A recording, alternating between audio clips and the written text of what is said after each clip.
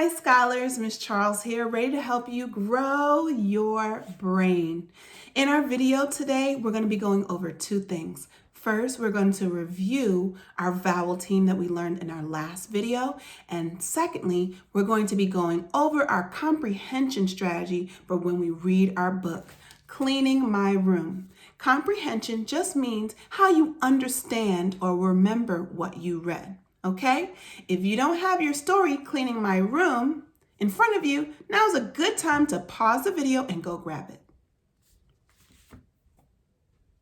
Awesome. Now, let's review our rhyme that we have learned for our vowel teams. I'll go first, then we'll do it together, okay? I'm going to do it twice. When two vowels go walking, the first vowel does the talking. When two vowels go walking, the first vowel does the talking.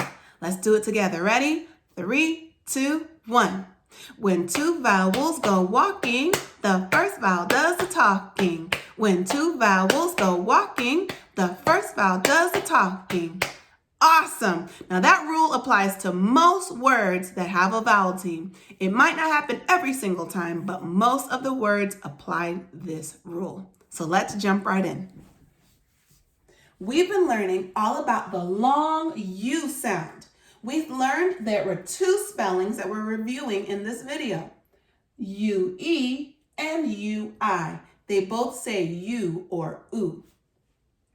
Yesterday, we were able to read these words. Do you remember how to read them? Let's try it really quickly. Here we go. True.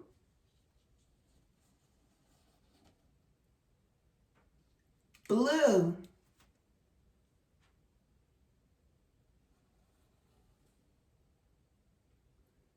Yes, fruit.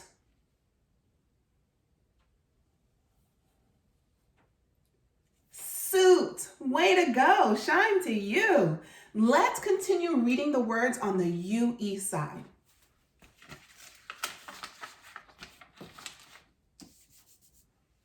Get those tappers ready. Ready? Here we go. Ooh. Clue.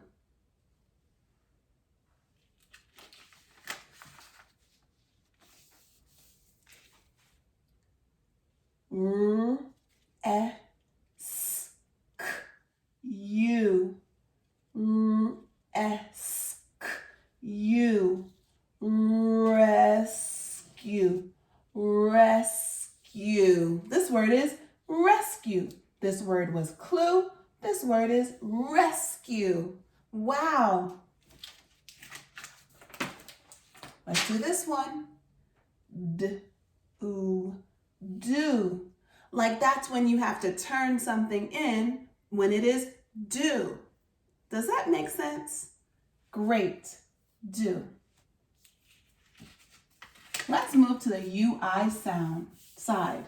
Now, the S at the end of this word is going to sound like a Z. It's going to say Z. So get that ready. Get your mouth ready for that.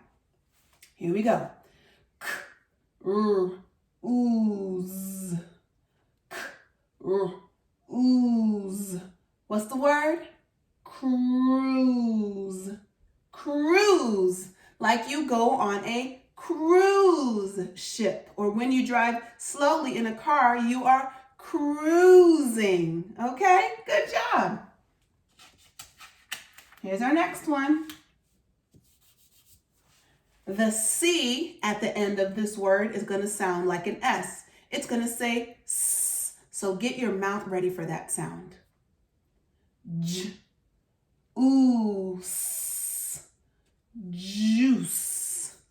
Juice. Like I love to drink juice. Great job. Notice the sneaky E.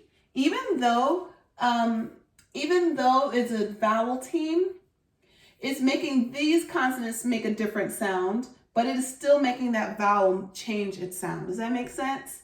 So the E is still making the U say you. The E here is making this UI say you, even though it is one of the spellings for the long U sound.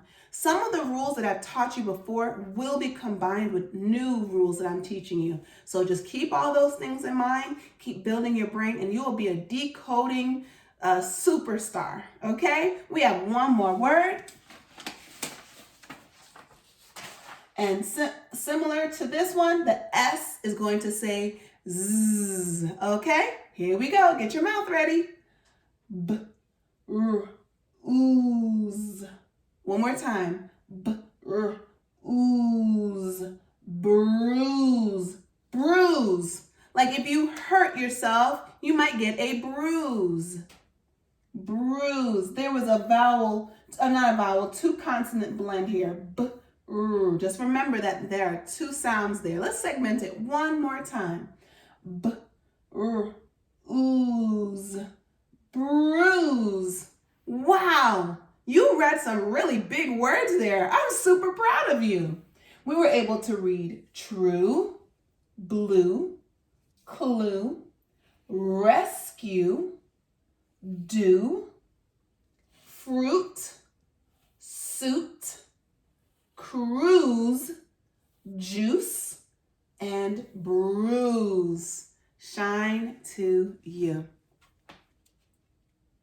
All right, it's time to move on to our next section. So shake it out, shake, shake, shake, shake, shake. Shake it all out. Take a deep breath in. Take a deep breath out. One more deep breath in. Deep breath out. Good job. And now we can focus. Now, yesterday in our story, Cleaning My Room, we were able to focus on the beginning, middle, and end as we practiced the comprehension strategy of the retell. When you retell a story, you talk about what happened at the beginning, middle, and end. We already discussed that in the beginning, we learned who the characters were.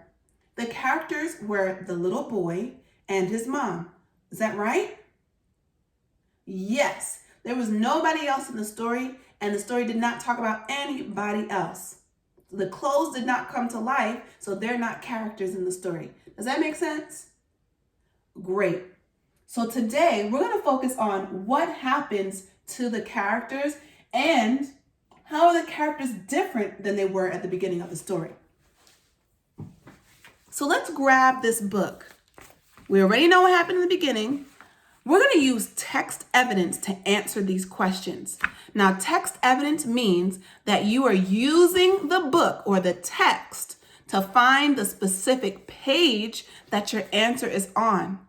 If you are reading a book and someone asks you a question about a book, it is okay to pick it back up and flip through the pages until you find the answer that you're looking for. That means that you're also using text evidence without anyone having to tell you to do that. This skill, you're going to keep all the way even until you're an adult. When I'm trying to learn something new, I love to read books too. I love to read books that help me be better and help grow my brain. And when I have discussions with my friends about these books, I'm able to tell them what page I found that information on.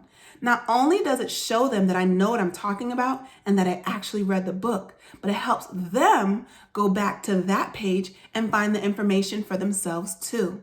So it helps everyone all the way around. So here's my question to you. In the middle, what happens to the characters? We know that at the beginning, the little boy's mom says, "Hey, I need you to clean your room." But what happens in all these other pages in the middle? I want you to find two things that the boy did in the story. You need to tell me what pages that you found those answers on. Go ahead. Two things that he did.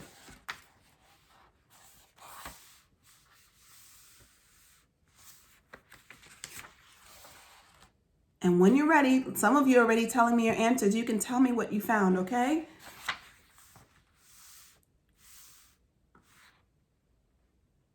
Great. Great. Yes. So you're correct. On page 5, as one of the answers I got, the little boy found 4 red socks and put them in a pile. That's something that's happening to him. He's doing what his mom said to do. He's starting to clean his room. He's starting to sort and organize his clothes. Another answer that I heard was that on page 10, he started to look for all of his yellow shirts.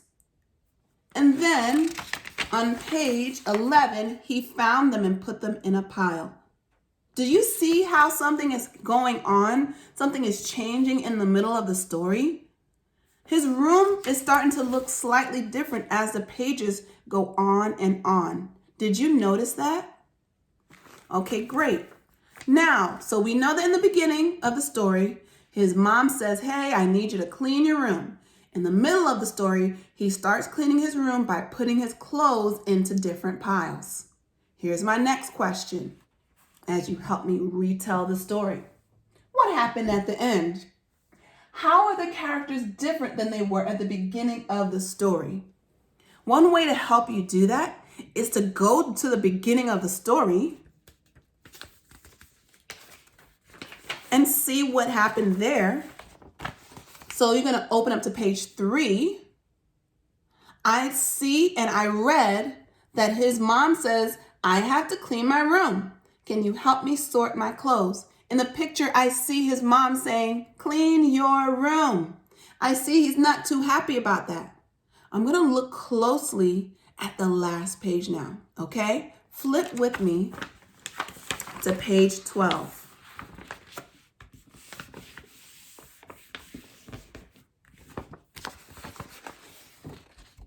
Take a look at the picture. Take a look at the sentences. Look at his mom's face. Did anything change with her? Yeah, her facial expression changed a little bit, but does she look happy? She doesn't look really happy there. She kind of looks like, oh boy, here we go again. Like he didn't really clean the room the way that she wanted him to. Do you get that? Now let's take a look at the little boy. Did he change? Look at his face. Yes, he's smiling here because why do you think he's smiling? Yeah, in his mind, he cleaned his room, right? He sorted all the clothes, he put them in the piles. He literally says, what more could mom want? He not only looks happy, but I think he's also a little confused because he doesn't understand. He said, hey, mom, I cleaned my room, right? But is his room completely clean? It is not. So there are many ways that you could answer that last question for the end of the book, right? How are the characters different than they were at the beginning of the story? In the beginning, the little boy was upset and so was his mom. At the end of the story, the mom wasn't really that happy, but the boy kind of was. He was also, another answer could be, in the beginning, the boy was upset. At the end, he was confused as to why his mom still wasn't happy because he thought he cleaned his room. You're going to answer based on what you understand from what you read and what you saw, okay? That question that I asked you is called inferencing. When you inference, you use the information that you read, you put it together with information that you know, and you give the best answer you can. It's called an educated guess because the book didn't tell you how he felt. You had to figure that out on your own, using your own brain. So you inferenced how the mom is feeling and how the boy is feeling based on what you read, what you saw, and what you already know. Sometimes you put yourself in that situation to find the answer too, okay? Sometimes, not every single time. So let's retell the story. What happened in the beginning? Yes. What happened in the middle of the story? Correct. And what happened at the end of the story? Yes. So in the beginning, the little boy's mom said, I need you to clean your room. In the middle, he started to sort his clothes, starting to clean his room.